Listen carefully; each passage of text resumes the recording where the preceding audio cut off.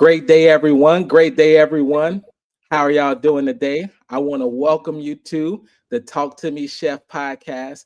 I'm your host, Executive Chef Diamond McNulty, creator of Chef Diamond and Friends, where we teach kids how to cook, and also the host of the Talk to Me Chef podcast, where we have great conversations with great chefs. And today we have Chef Tere, right? She's an ACF certified executive chef, and she's also the owner of My Secret Recipe. So let's bring in Chef Tere. Come on in. How you doing today, Chef?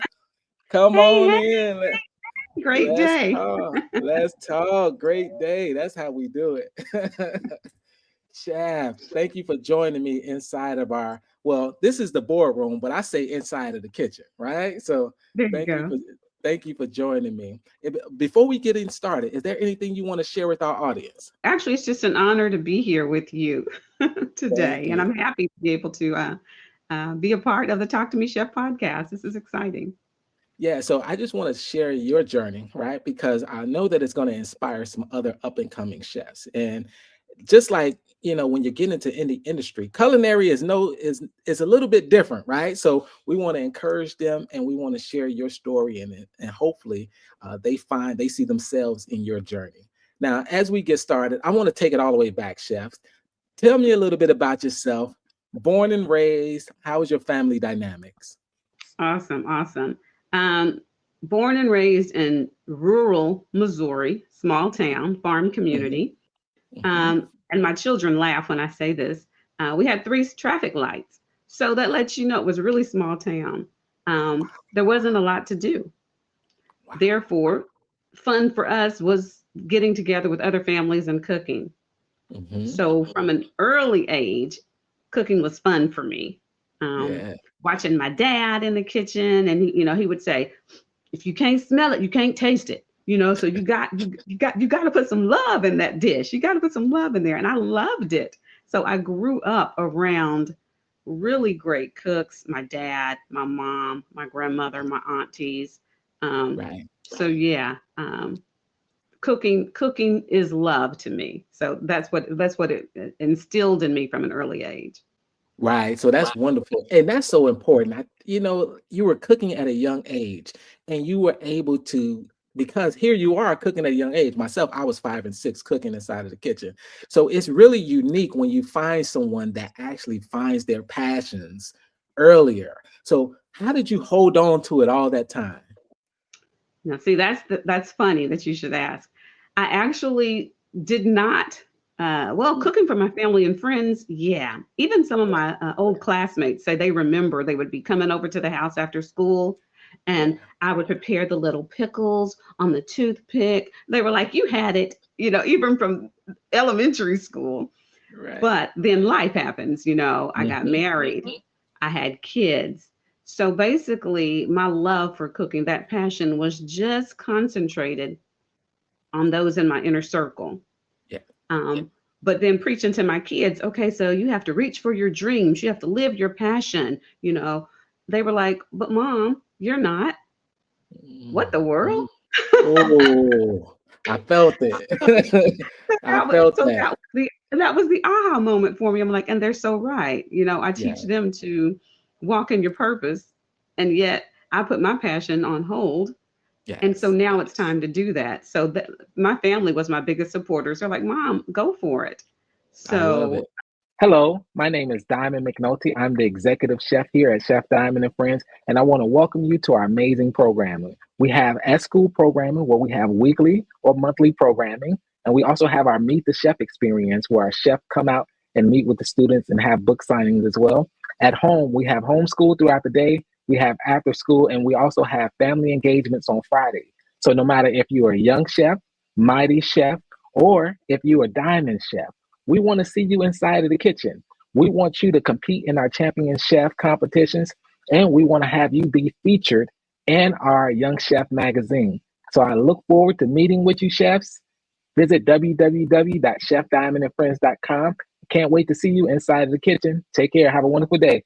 you see that happen a lot where, sometimes our gifts and our passions as parent takes the back seat because you want to ensure that your family is first. And that's perfectly fine. But now you had the opportunity to take it back. So what inspired you to become a chef just from the beginning? The inspiration, again, it goes all the way back to my roots. Mhm. Just seeing the joy that my dad had in preparing meals for us. My grandmother would hum when she was cooking. So it made it look like that. It has to be fun. It has to be fun, right? Right. So the passion for me was always there. And when I had children, I knew that I wanted them to eat healthy. Mhm. And so with this passion for food that I had, I'm like, when I'm preparing dishes, they don't want it. They don't want Mhm. that. It doesn't look good. So how can I prepare meals that are healthy for them Yeah. and that taste good? So that's when my creative um, the creativity started moving, and I Yeah. would make dishes like I can still remember to this day. Making marinara or making a Mhm. bolognese, I'm putting all of the vegetables in there in the blender and bzz, it's all Mhm. red. They don't know. They got They their don't know. peppers. They have everything and they love it. Or Yeah. butternut squash and the macaroni and cheese. They got their squash. They love it. And so I was like, wow, I can really do this. This is really cool. Just being creative with food um, and making it healthier, and they don't even know it. So That's yeah, I love it right here. You don't even know, but you were intentional about those exposures, right, to ensure that they got their vegetables in. Now, getting into the industry itself, is there a first kitchen experience that you've had, right? Because it's different, right, from cooking at home to cooking in the industry. absolutely. Um, Again, because I had this passion that I thought, okay, so I'm going to volunteer because I like to cook. I'm going to volunteer. So I made a decision to volunteer to cook as one as the cooks for 300 people. It was an outdoor event. Who does this, right? It was an outdoor event, and they're lining everybody up. Okay, they called me T-Boz. They called me T-Boz. I don't know why. Okay, they said, "Have you ever cooked on open fire?" No, no. Well, that's what we're going to do today. We are doing stir fry. Are you serious right now? Diamond, Wow. it's an outdoor stir fry for 300 people. They give me a wok. It is like, I've never seen a wok this big. It was so big. It's on an open fire. I had to use both hands. Oh my goodness. And people would come up and they would put whatever they had selected into your wok and you're shaking and then you're going to put it over into their plate. I had never done it before in my life. I Wow. actually thought after the third person I was not going to be able to do it. I'm like, okay, this was fun, you know?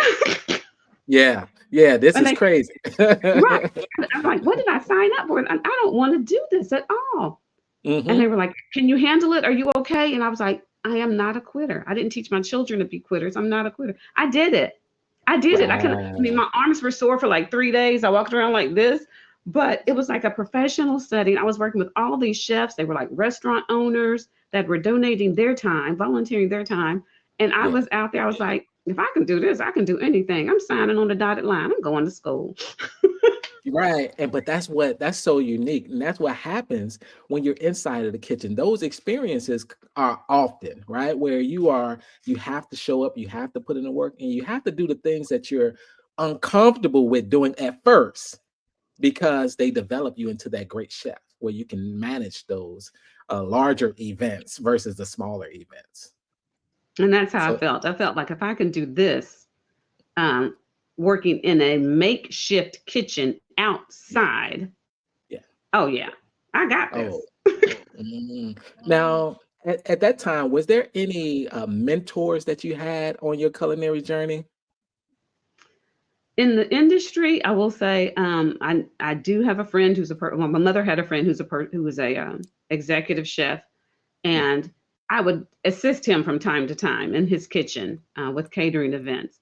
So, and again, just seeing the joy in him producing these large quantities of food without even flinching. It was just like it was nothing for him. And the food was beautifully plated. It tastes good. I'm like, I want to be like him when I grow up. Mm, that is So awesome. yeah, just watching other people again live in their purpose. Wow. Wow. You need those glimpses. I call them glimpses, right? Where you may have a role model or somebody that stands out. For myself, one of my first chefs was Chef Paul Wildermuth. It was a bistro style. And just watching them, it's like, wow, this is something. Now, how did you discover your signature style of cooking? Because different chefs cook differently.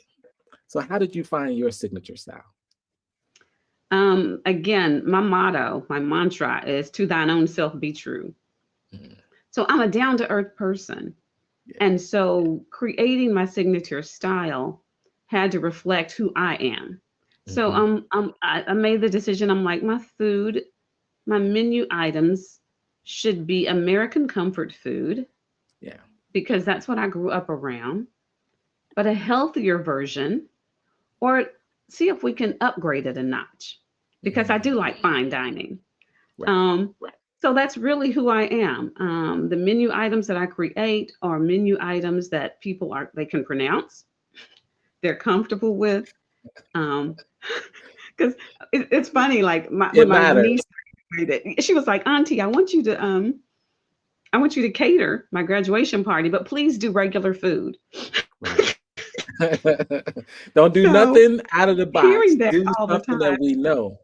right, right, yes. So I was like, okay, so this is my audience, is that they Yeah. want good food, but they Mhm. need to be familiar with the food. So Right. listening to my audience really helped me to create the type of menu items that have kept me in business now almost 15 years.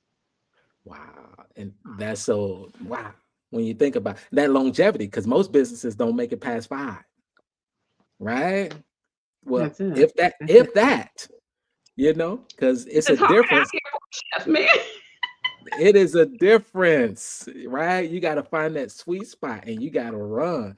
And then there was some different dynamics too when it comes to business relationships, right? So most of the people want to do business with great people. So if you're a great person, then that's awesome. So as we get into the craft, right? So I want to dig deep into that, chef, because your journey, you're starting off, you're cooking as a youth, and then you start to grow, you go about your life.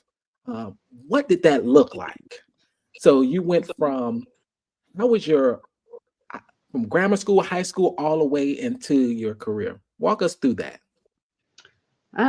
Grammar school, high school. And I will say it's interesting again because, as I stated earlier, it kind of took a shift.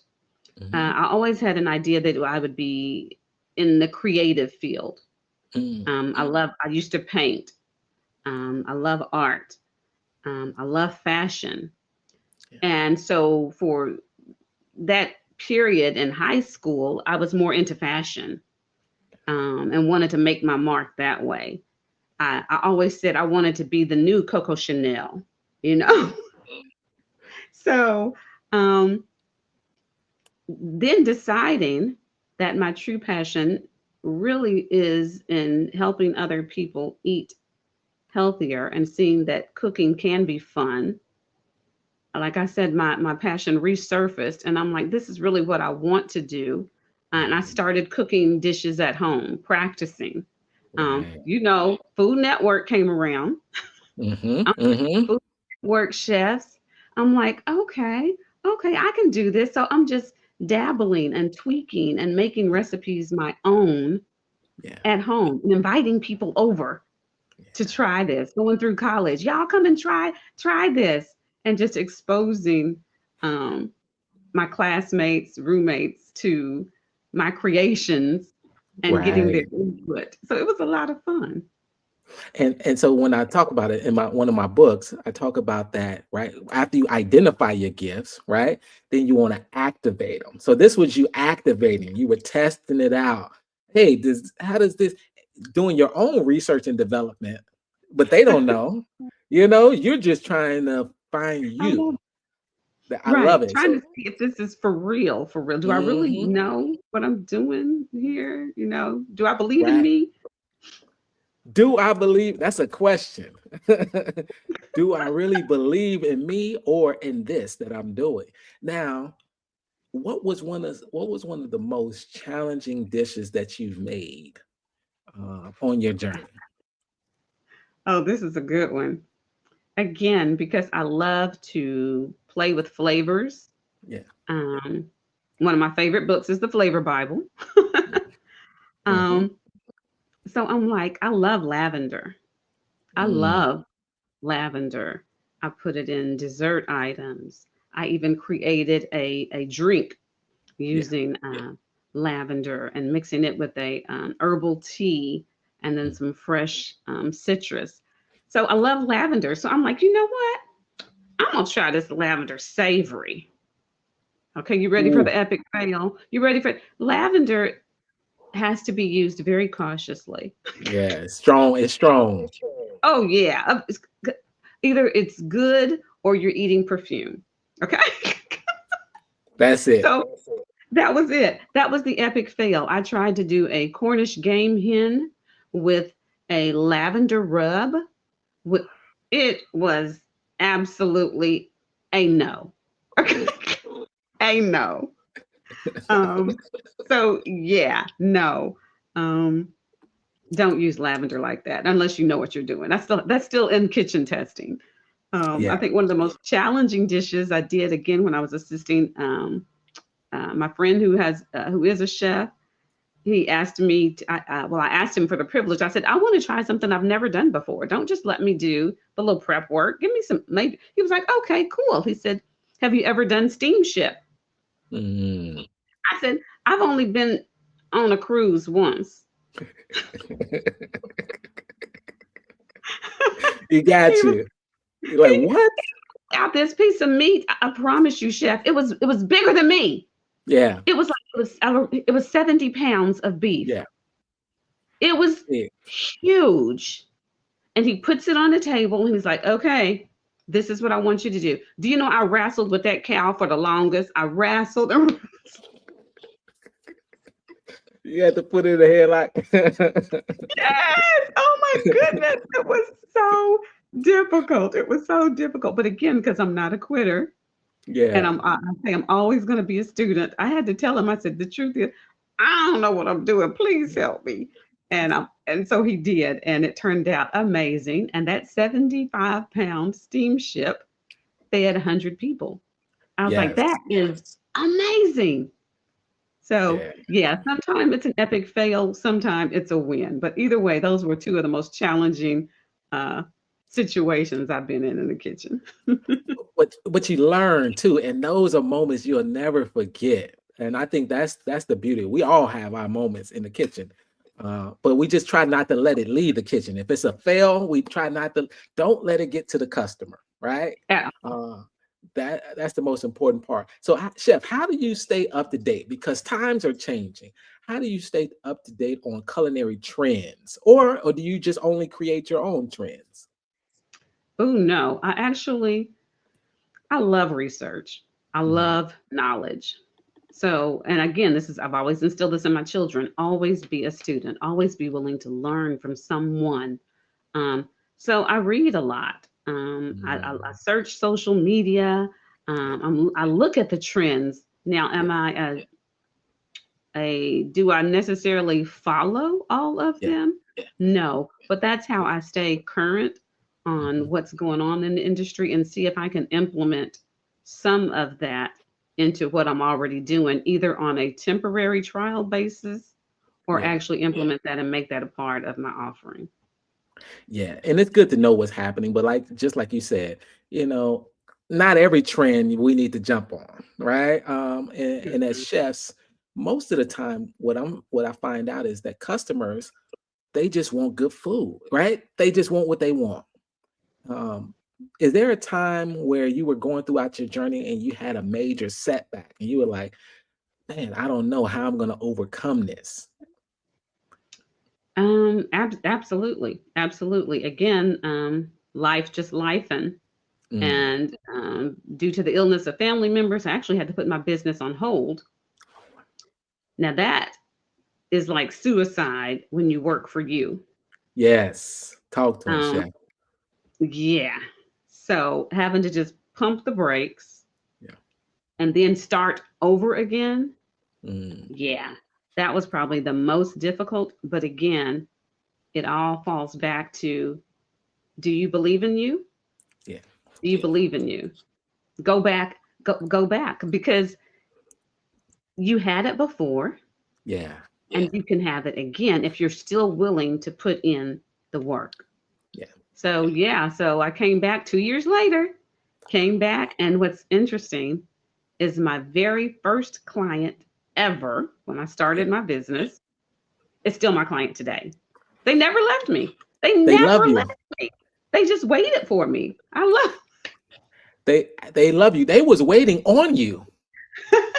They was like, man, she need to come on. What's Come, that? We show we is hungry. No. we hungry. We've been starving for 2 years, Chef. Come on. We've been starving for 2 years. But that's the beautiful thing about being you. And I want the audience to understand this is one of the most stylish chefs, right? When I say style is so important, but your energy is contagious, and it's even from the first time we had a conversation, I was like, she is smiling all in this phone. And I'm the one that's give off energy. So it's great to have someone like yourself that's giving off energy, because it matters, and how you show up. That's how people gravitate to you, Chef. You know, I love it. Thank you for that. what is some of the toughest criticism that you've had throughout your journey, right? Because it's not always roses, but what are some of the challenges that you've had as in that space? Um, Two that I can think of. In the early stages, again, because just because you enjoy being in the kitchen and cooking doesn't mean you're good at it. That comes with time. So my thing was I wanted everything to be perfect. So I'm taking my time. I need it to be perfect. Perfection is something you may never get to anyway, but when you're cooking on a large scale, speed is super important. Yes. So that one I remember distinctly is that you have to pick up your speed. Yeah. You have to get speed in order to get everything done within. So that was number one. And number two, once I got the speed, chef, now I don't want to give up nothing. I want to do it all. Yeah. So now you have to learn to delegate. Let someone else help you. And I'm like, but I'm so used to doing it all. I don't want to teach somebody and they do it wrong, because now I've got it down pat. Yeah. So then learning that delegation, and I'm like, oh my God, no, I don't want to. I don't want to. So that was really hard for me, is that once you get it, being willing to let that go or help someone else get it. And I think that was the biggest win for me, is being able to do that. Delegate. That's the journey, chef. And it's so funny that you mentioned that, because you become this great chef, and now you have to remove yourself from either doing it, depending on what you're building, right? So now, if you want to be a solopreneur, you want to be that face, and you want to just be the chef, then that's perfectly fine. But if you want to build a business, you have to duplicate yourself, and that comes with recipes, SOPs, and you're going to spend more time doing the business. What is one of the biggest misconceptions that people have about even being a chef?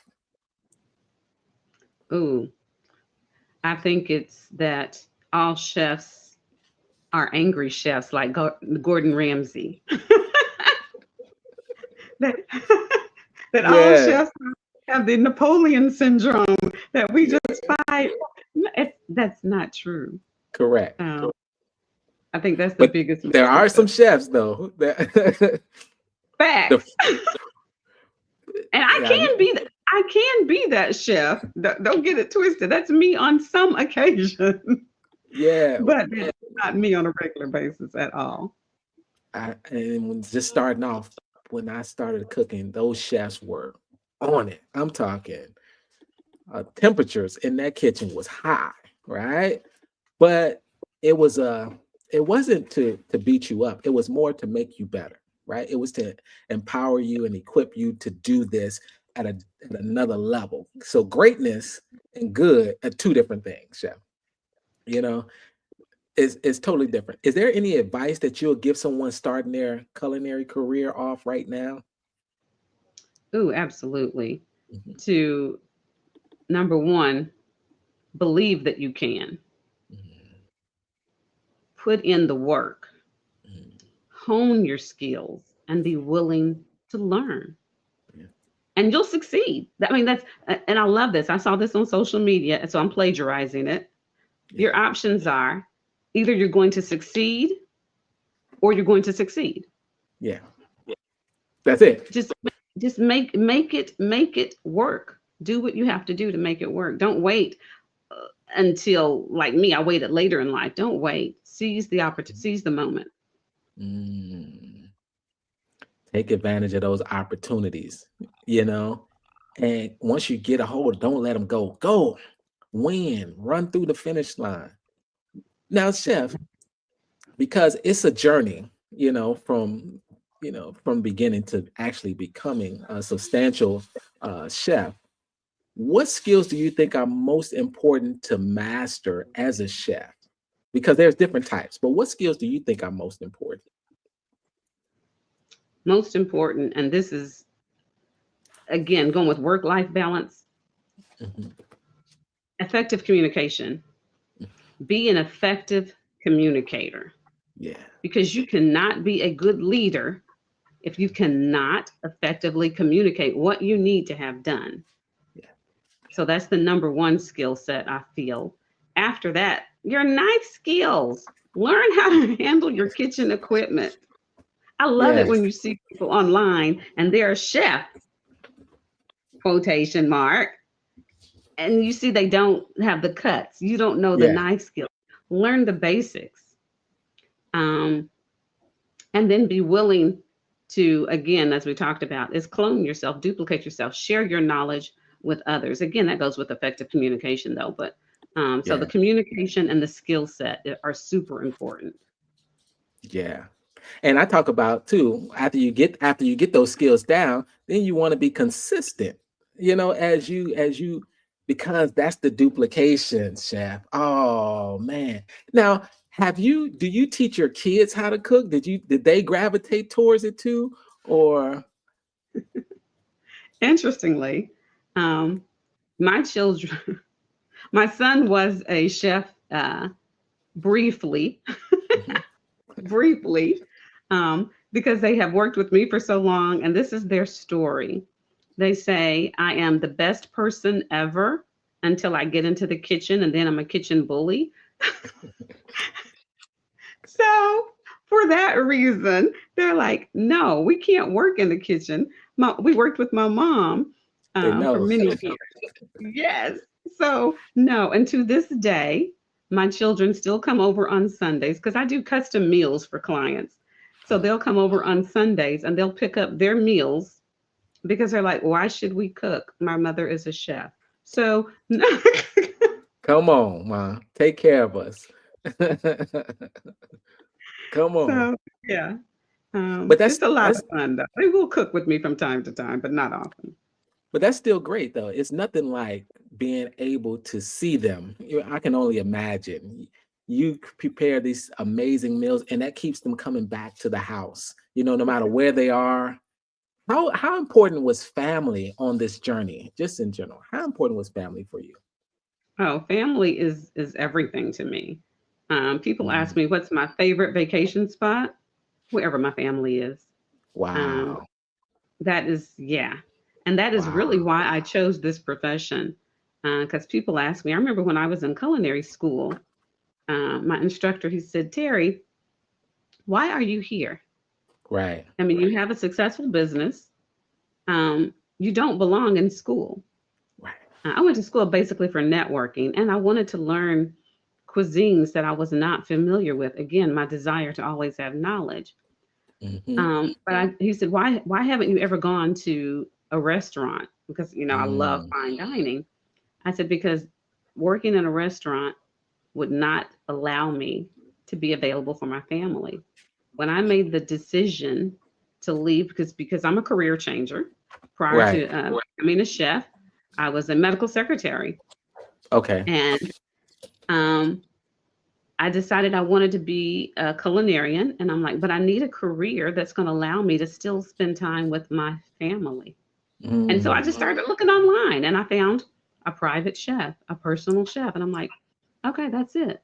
That's the one. So family is always at the top, um, and then working to help support the goals of my family. right. And now you can. The world is your oyster, chef. And so let's. I want the audience to understand this, chef. So you had a career, right? You were able to build a family and still do your passion, but now you still have the energy to win, right? So what keeps you motivated now to keep going? The the love that I have for people. Mhm. I have helped so many clients, have hired me and brought me into their homes, because they're on a weight loss journey and they want me to prepare meals that are healthy for them, or they have a medical condition and their doctor wants them on a particular diet. Yeah. And seeing them win, Keeps I can never stop. I might slow down, but I can never stop because see, these folk have become family, to mm, me, and seeing them reach their wellness or their health goals because I was able to help them follow a regimen that their nutritionist or their doctor gave to me. And all I'm doing is preparing the meals. I can't take the credit, but right. because I was a part of the process, it just gives me the, as I call it, the warm fuzzies, man. I'm like, yeah, we all won. Yes, yes. Changing lives, purpose. You're in your sweet spot, and it just shows too. I love all that you're doing, chef. I want you to definitely continue, and continue inspiring others, continue leading others, continue just being that bright light. What legacy do you want to leave in the culinary world? Oh my goodness. I want to leave. I want to be known as the chef who could, the little engine who could. So if I can, like I said, I'm 5 feet tall, chef. When I was in culinary school, we have the commercial kitchen that we cook out of, and you prepare meals for people coming in off the street. Yeah, Everything is bigger than me. The yeah, pots are bigger than me. Everything is bigger than me. I never gave up.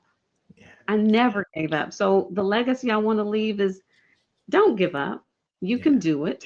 You have to be, again, put in the work, do it. And again, cooking can be fun. Being in the kitchen and eating healthier can be fun.